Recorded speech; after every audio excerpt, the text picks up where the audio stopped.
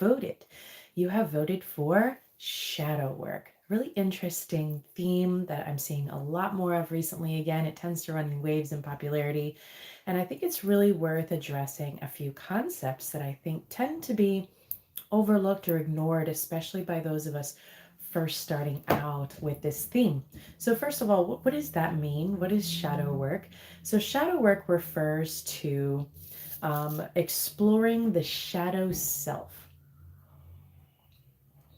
First, we're going to talk about what does that mean? What's in there? Why bother? What does it look like when it shows up, when it's unmanaged? Why do we even work on it in the first place? And then some tools and tips for you to actually do that. So hopefully this will be useful for you. Of course, I can see your comments and questions, so please feel free to hop in if you have a question or comment, and I'm very happy to answer. So first, um, because I work a lot, if you don't know me, my name is Kat Rambo, and I am your medicine woman. I work a lot with sacred medicine practices, but before that, I was really into hypnosis, NLP, and personal transformation coaching, and all of the stuff that really gets into the deep inner self. So for me, this is a topic that I love, and I think sometimes it's a little bit overinflated, a little bit over celebrated, but also maybe underappreciated. So totally worth talking about. So let's hop in because I have some ideas that you may or may not like. Maybe we'll see if they're controversial for you. Let me know if you hear something that you've never heard before, or maybe you disagree with. That would be awesome for a conversation, right?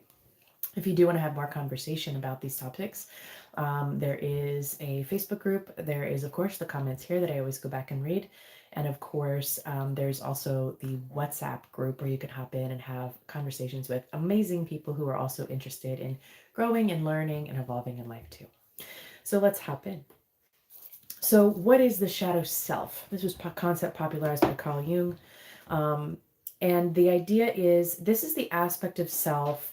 We call it the shadow. Why is it called the shadow, right? It makes it sound scary and dark and evil. And a lot of us assume that that means it's the bad side of ourselves, but that's not fair and it's not right and it doesn't help us because we're creating judgment before we even know what it is.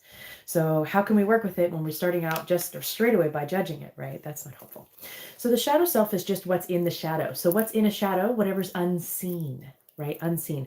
So, unseen doesn't mean good or bad, it just means unseen. It's the part of yourself, your aspects of self that have been repressed, denied, ignored, right? Or otherwise put aside for some reason or another. These can be traits, they can be impulses, they can be emotions, this can be desires. But if any of this is considered undesirable or inappropriate, then we shove it away. So why does that happen? Why do we repress aspects of ourselves? Well, we're all familiar, I think, with the concept of a repressed memory. Something is too hard to deal with or too impossible to process. So the mind just locks it away and says, don't look at that. We're not going to look at it. It's in there. It's not forgotten, but it's repressed, right? So what else is in the repressed nature? Sometimes it's something like a trauma, and that brings me to an important point that I will reiterate a couple of times. If you start diving into something like shadow work or looking into these hidden repressed aspects of yourself, then it is definitely worth it to seek out care or support, because sometimes we can unlock things that there's a reason they were locked. It's because sometimes they're too difficult. Now, at the time, maybe we locked it away when we were young and we have a new perspective now. So it's worth opening up that box and seeing what's inside. But sometimes what we really need is care. So someone who's professional understands the process of unwinding and unpacking difficult moments, processing through traumas, maybe a supportive, loving family or friend group to help work through some of these things. Maybe just, I don't know, like a book circle, but for shadow work. I don't know. There's lots of interesting things out there. I love how the communities in the WhatsApp group and the Facebook group tend to be really supportive and loving. Hello, little bird. What's up, Miss Emma? Was that a cat in a box? Yes, opening the box. That would be Match's box, Pandora's box. So what happens? Why do these things get stuck? So why do we repress memories and ideas? So sometimes you're so cute, it's good to see you. Sometimes it happens because of a trauma, like we said. It becomes too difficult to process, it becomes irrational, we can't move through it, so we just lock it away for now. Sometimes these things really should be opened up later. Sometimes maybe not now, maybe not ever. If they're too difficult or too impossible to handle, Maybe not. But the idea eventually is that they do cause problems. And we're going to talk about that too. What happens with the stuff that's in there? Because is it really locked away forever? No, it's really not. It's just unobserved directly, but it still comes up. So it can also happen because of what we would not necessarily perceive of as a trauma, for example, but we wouldn't necessarily put a label on it that's so severe.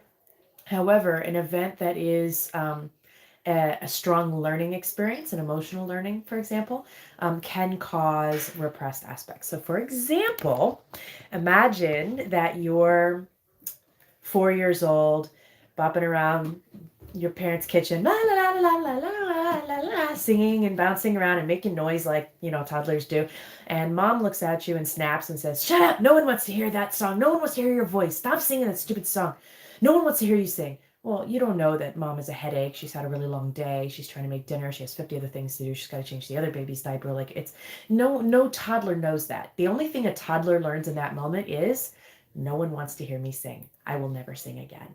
Because a toddler will always choose attachment over authenticity. So they'll do what they think is right according to the family, according to what their culture is teaching them, according to other authority figures and environmental conditioning. So they're going to choose that first because they must, right? We must be needed and wanted and liked as children. We must belong so that will be taken care of, right? We can't fend for ourselves as toddlers. So as little children, we will choose that attachment, which means we'll do the thing that we're told, even if it's not really right for us.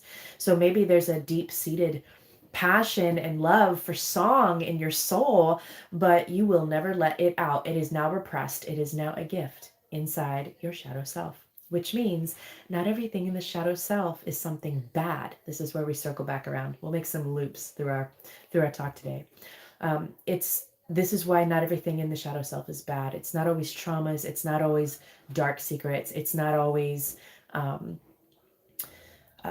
like uncouth desires. It's not even always like that. Sometimes it's just or dark urges or compulsions. Sometimes it's just talents, gifts, and passions that have been locked away because of some event that just really wasn't that serious and really shouldn't have meant anything to anyone. But a small child will definitely make that learning permanent, right? Or as permanent as one can. So anything that happens under the age of 7, your mind is in a very open hypnotic state. So that means you're doing super fast learning, you're creating meaning, and your mind is taking action and molding your personality to fit what your environment needs you to conform to. So that means, a parent saying, "Shut up, I don't want to hear your song," means I will never sing again. But what if deep inside you've always wanted to sing secretly, but you'll never do it, and you're always afraid to do so? Well, why are you afraid to do so? That brings us to our next step. What is the ramification of material here in the shadow self? So because it's all kinds, now that we've covered all kinds of traits and all kinds of reasons it can get stuffed down there, right? Maybe it's inappropriate or wrong somehow, right? The ones. What we get is repression, right? But things repressed don't stay repressed. So where do they go? What happens? Do they stay locked in this little box? Hola, Pablo. So what happens is we get manifestations anyway. So what does that mean? It shows up. It shows up in our life. So we get that in the form of projections. So what that means is we'll start seeing in others, even if it doesn't really exist, not from them anyway, what it is that we're repressing in ourselves. So maybe we have this like latent rage that we have stuffed down because it's inappropriate, that will suddenly see that everyone around us is angry, or we see that other people get really angry really fast, or maybe people are secretly angry about things. That's actually you, right? But because it's showing up in a projection, it means it's affecting your relationships, because this projection is that part of yourself trying to force its way forward and make you look at it. So by doing so, it's forcing you to look at it in others because you refuse to acknowledge it in yourself. Hello, Lexus. Hello, love. So is it possible that people pleasing can lead to a need for shadow work? I think there's a need for shadow work always, because our culture, all culture, requires us, and all parents raising anyone, I was laughing. All parents raising children are messing up their kid in a way they don't know, right? It doesn't matter how brilliant of a parent you are. I've seen horrible parents. I've seen amazing parents. We have a childhood and then we spend our adult life trying to get over our childhood. Something happened. Even in cases where I've seen that parents have been really wonderful parents and encouraged authenticity and all of this, maybe they're just sheltered now and don't know how to cope, right? So we always have to deal with something. And Christina, hello, good to see you. Our shadows love to show up in the partners we choose, especially the partners. So the partner and the family and the closest friends and the other love relationships. I like your monkey face. Those, and thank you for your comments, by the way. I love it. Show up in those closest to us because those are the ones that, one, we see the most often, and two, we can or don't choose. Yeah, that's true. That's right. Sometimes that happens that way. You would know. Because they're the closest to us and because we see ourselves in them most, our projections will attach to them and appear, manifest in them more readily. One, because we're around them more, and two, because when we see ourselves in someone, our subconscious will start trying to get us to see something that we're unwilling to look at. So we start seeing it in everyone else. So if you're constantly choosing partners that have some quality, that's your quality, right? And that's for you to work through. So we should always be doing this type of work anyway. Right, Alexis? So what else can happen with some subconscious tomfoolery stuff down in there? We can also see that in the situations in our life. So we'll have, damn, I'm fucked up. No, sweetheart. Yes, kidding. No one's broken. We're all in a process, right? Maybe you're so funny. So we can see that in situations. So what that looks like is, because your mind wants you to see these repressions, it will appear them, manifest them in various places. And so it may not be specifically qualities on a person or emotions on a person. It may be scenarios or situations that require you to react a certain way, or repetitive patterns. So if you see a lot of repetitive patterns in your life, this may be related to something deep in your shadow aspect. Part of yourself you are not looking at, repressed, denying, and not acknowledging. So naming it is to change it, right? The first step's admitting you have a problem, right? So when you notice, wow, look at this, like everyone, the old adage, if you look around the room and everyone in the room's an asshole, it's probably because you're the asshole, right? You know what I mean? So if you see that your life has a repeating patterns in it, especially with certain qualities or situations that require you to confront a certain emotional quality, like I just keep getting around people that make me feel scared. Why do I keep getting around scary people? What is that? Well, you have some issue with fear that you really need to deal with and trust, right? And when you deal with these things, they actually stop showing up because you stop projecting them and you stop creating them. Remember, with manifestation, whatever it is, it's not really an act of attracting something towards you. It's an act of creating something outwardly. So what are you creating through the lens? Everything's going to be colored through your unique kaleidoscope of problems and hopes and wishes and dreams and issues and all of it, right? So everything you're seeing is in you, right? So what else? What can we do about it? Now, remember, again, I cannot emphasize this enough. Please exercise care. If you start unlocking things that are difficult, if you're working through patterns that are very challenging, please seek help. And yes, a trusted friend is helpful, but lots of times well-meaning people who don't really know how to handle this type of material may offer you great advice, but it's actually counterintuitively really bad advice, and you can actually accidentally hurt somebody by advising someone through a really difficult experience. So especially when you're dealing with the deep unconscious, it's really better to get with someone who knows what they're doing, maybe a therapist or some such professional. All right. So what are the benefits of doing this type of work? Any ideas? Well, we talked about relationships, right? So if you can reduce the projections, you will dramatically improve the health of your relationships. This is a wonderful side effect. You'll be able to, one, yourself be more authentic. And then two, you permit others to show up authentically too, because you're not maybe going insane. Going insane is a benefit. Wonderful. We could all stand to lose a few marbles, right? It's fun. It is fun. It is fun. I think we take life too seriously. You know what I mean? So when we can permit others to be more authentically themselves and create a space for them to be how they are, it's funny, and we can be more authentically ourselves, what we get is better, richer, more authentic, deeper, more meaningful relationships, right? So we also talked about situations repeating. That's a problem, right? That shows up here. So what's the benefit of doing this work? Well, we can break repetitive cycles in life, right? We keep having the same job that's like repeat again and again, even though it's not. Lather, rinse, repeat, here we go again. Well, maybe you can break the cycle by working on that in you. So another problem where it shows up is feelings of unfulfillment, like deep unfulfillment in life. Like, I don't know what's missing. It's you. You're missing. That's all. There's nothing missing from your life. You're missing. You're missing some aspect of you. Shamanic practices, we do things called like soul retrieval, for example. In my past life regression hypnosis, we look at difficult scenarios through the lens of, like, you know how it's easy to give advice to someone else but not really yourself. It's like looking at yourself and your life but through the lens of also looking at like it's someone else. So it helps you be able to give yourself advice and integrate new wisdom and process those emotions from a little bit of detached and safer perspective. So there's lots of tools to work on this, but also about benefits. Being able to reclaim a piece of yourself that may be a really big passion for you, a big inspiration, but it's been repressed, brings so much fulfillment, so much richness to life. That's just awesome.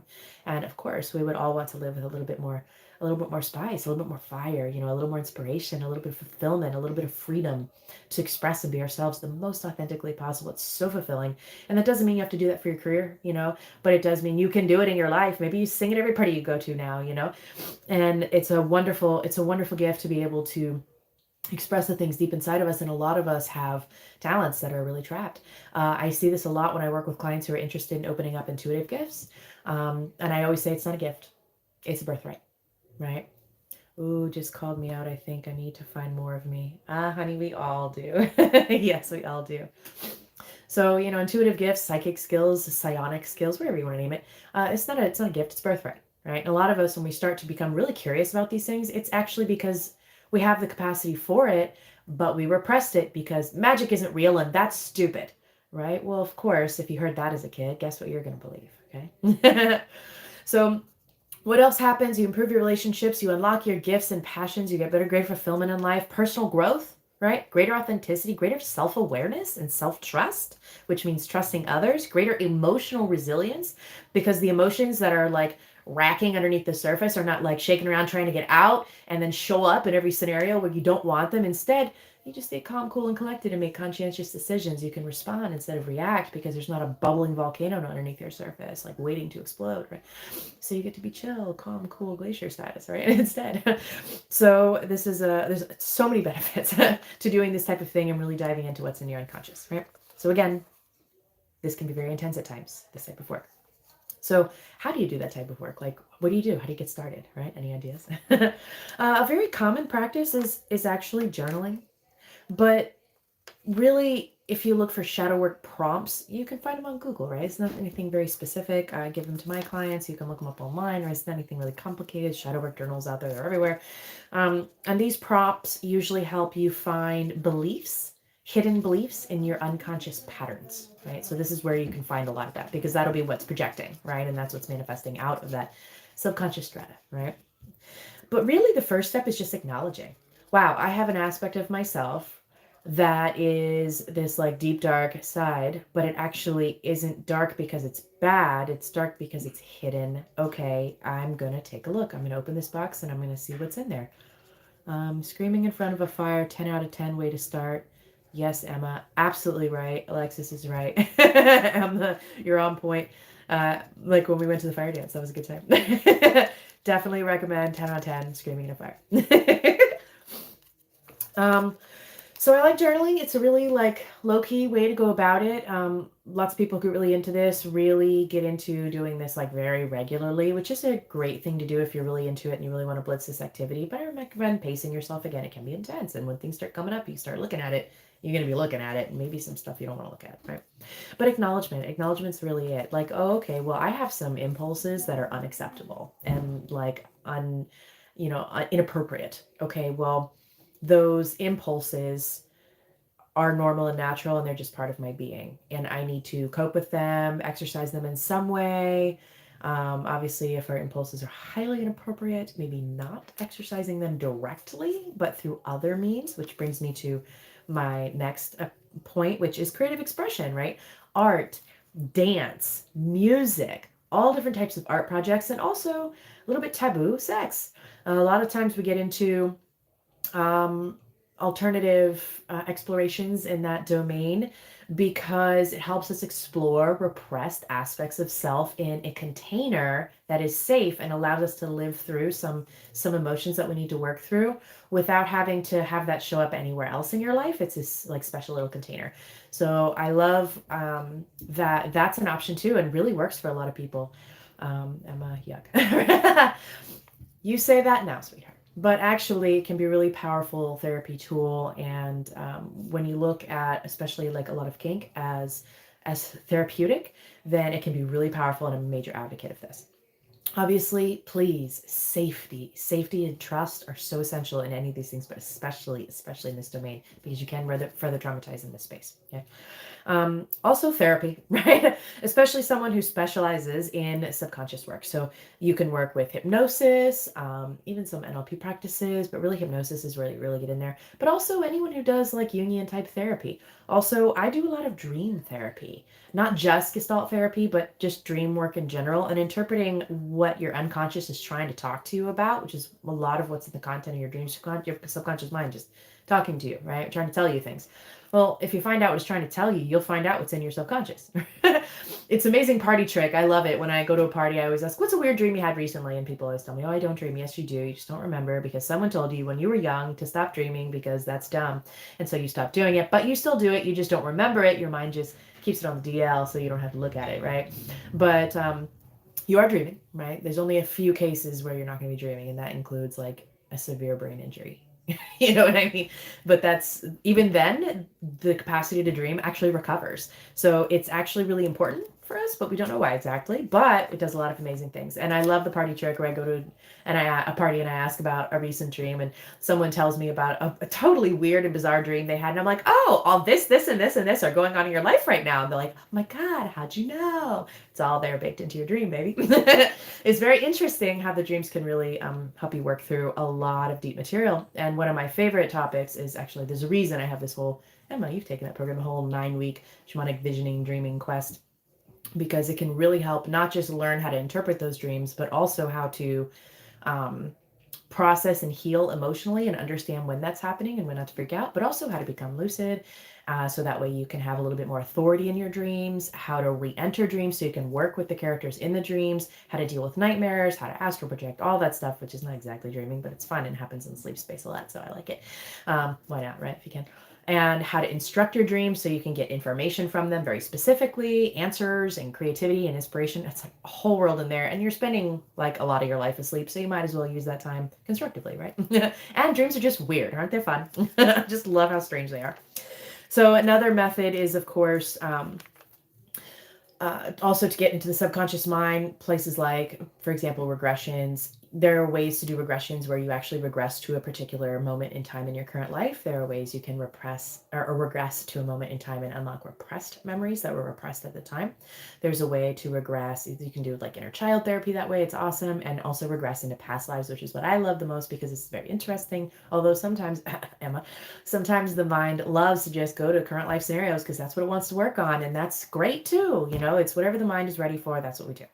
So this is a really wonderful way to employ that option. And there's a lot of past life people out there now that do this kind of stuff. I combine my work with soul retrieval. So I do a combined past life regression soul retrieval because I find that when you find out there's an aspect of yourself in another life that's what you locked up, and that's why you're going there to try and unlock it and open it up, we can bring that piece home and symbolically reopen this inspiration, passion, healing, whatever you want. Which increases emotional resilience, brings insight and clarity. It's all kinds of cool stuff comes from doing this type of work. But it doesn't have to be complicated. It can just be journaling. It can just be noticing and acknowledging. It can be taking a look at your life's patterns and say, well, what's in there? What can I do? But remember, please have care. Sometimes it is intense in there. Sometimes it's traumatized in there. And that's why it's in there. That's why it's in the dark corner, swept underneath the rug, put under the bed and pretend we're clean. But truth is, under the bed, it's all your laundry's under there, you know, that you need to wash out. So it's worth it to take it out and see what's under there. You might find something cute you forgot you had, right? So it's worth it to go check into that. Remember that a lot of times when we're doing this work, why do we need all these tools, right? So why can't we just like know what they are? They're called blind spots, right? They're in the shadow because we can't see them. So the thing about blind spots is we can't see it. So it is really, really helpful to have someone work with you. That's why I love to do what I do. So it doesn't mean reach out to me. You can reach out to any other type of therapist who specializes in doing this shadow work or digging into the unconscious self or looking at patterns in life to find what's baked in deep in there that you can drag back out and maybe throw out, maybe write a new story, maybe reconstruct a new belief and open up whole new possibilities in your life. If you have a belief system that says deep inside in your shadow self that you are not worthy of whatever, then you're just not going to have it. And even if you do, you'll mess it up. You'll sabotage it somehow. So lots of like self-sabotage circles or cycles. That's this work, right? That's what you'll find in there is why are you self-sabotaging, and more importantly, how can we get rid of that? Because the why is way less important than how do we deal with it? What can we get now? Because maybe you do want love, maybe you do want money, maybe you do want an easy life, maybe you do want things to be different, but you keep repeating the same patterns. Well, there's probably something in there subconscious, and there's really not a whole lot of conscious level things that you can do that will really address that without going there, to look at it and see what's going on. What's up, Anna? Miss Anna Christina. What do you think about having core lessons we came here to learn in this lifetime, and once we become aware and do the shadow work, they will continue to show up in shades to continue to strengthen you? Can you clarify what you mean by that? So I do believe that in life we do have key lessons that we're learning in each lifetime. Astrology talks about it. Lots of different platforms talk about it. The Karma Cycle talks about it, right? And I do think we each have like a core something that we're here to really explore. And we'll see that because it repeats itself through our life. But remember, healing's a spiral. We always cycle back around to the same kind of stuff to like dig at it. It doesn't, when you see that you have to heal the same thing again that you already healed before, it doesn't mean it didn't work. It means maybe you're coming around at a deeper level, and that's okay. So if you're saying once we become aware and do the shadow work, so core lessons and shadow work are not necessarily in the same space. They don't have to be. Your core lesson isn't in your shadow work. Maybe shadow work is your core lesson, or maybe in order to learn something specific, you need to deep dive into what you came in with that you have to overcome in order to learn it. But what you came in with that damaged you is in the shadow self, and that's what you have to learn to overcome. A lot of times, and this is what I love to do with my clients, your problems aren't really problems, they're your opportunities, because if you learn to leverage them properly, the overcoming of them will unlock new strength for you. What doesn't kill you makes you stronger. I don't follow that anymore, actually. I don't track that. You know that, Emma. You're messing with me. I don't track with that because actually not really. What doesn't kill you tends to make you more bitter, more brittle, less resilient. Insert song. I know, right? I can't read that without the song lyrics. Right? So I think that when we stick with this mentality, and it's baked into our culture, it's in the shamanic traditions too, a lot, like survival is part of initiation in a lot of these practices, and in our modern world it's more and more important, it's stronger to suck it up, right? Well, the truth is it's just causing more damage, and it's just showing up in other ways. Maybe you're not crying, but you're damaging all of your relationships, so you'll be alone anyway. So it's worth it to do this type of thing, and it's not strength to suck it up. And I think we wear our wounds like a badge of pride, and I think that's a mistake. Because if we can learn to overcome what happened to us in a way that is healthy, and we learn to leverage that in a way that gives us a new insight, inspiration, strength, right, then that's powerful. But and we should love that, absolutely. But I think I've seen it a lot where people will sit around a table and they'll start talking about their childhood. And I think we've all heard enough of the joke, well, I had to walk uphill both ways to go to school in the snow every day, even on the weekends. Well, everybody's got a bigger horror story about their past. Well, yeah, but my mom beat me with this and that, and so that's why. Like, okay, but at what point is suffering honor, and why is it necessary? Do we want more of it? Is that why we're glorifying it? If we want more suffering, then yes, glorify it, go for it. But I think that's one of the things in the shadow that we could probably dig up that's definitely cultural, that is worth looking at, because I don't believe in that. I don't think that's helpful. I see so many traumatized people in my practice from many different kinds of things. Sometimes it looks like an event, and sometimes just a repetitive event, or sometimes it's a lack of an event that occurred repeatedly. So sometimes trauma doesn't look like a thing that happened. Trauma is not a thing that happened. Trauma is the effect, right? It's the wound. It's not the weapon, right? So I don't think trauma makes you stronger at all. No, I think it makes you less resilient. It makes you brittle. It makes you unable to cope, and it makes you unable to be yourself authentically. So I disagree. Is there a point where you truly graduate from doing the shadow work, and would that be by essentially befriending our shadow selves? Yes, it's called death. And even then, that's not guaranteed. I've talked to a lot of spirits that are still working through their shit.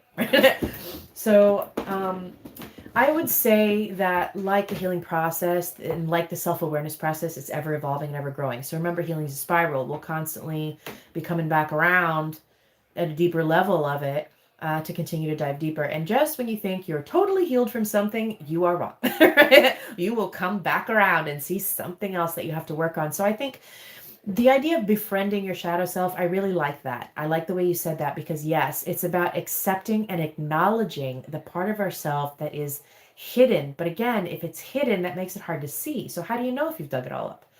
You know, so many light bulbs you could turn on inside before. I mean, how do you know if there's any dark corners if they're dark and you don't really know? So it's a lifelong process. It's a lifelong process. I mostly see it as going into that shadow self and working on that and coming out stronger.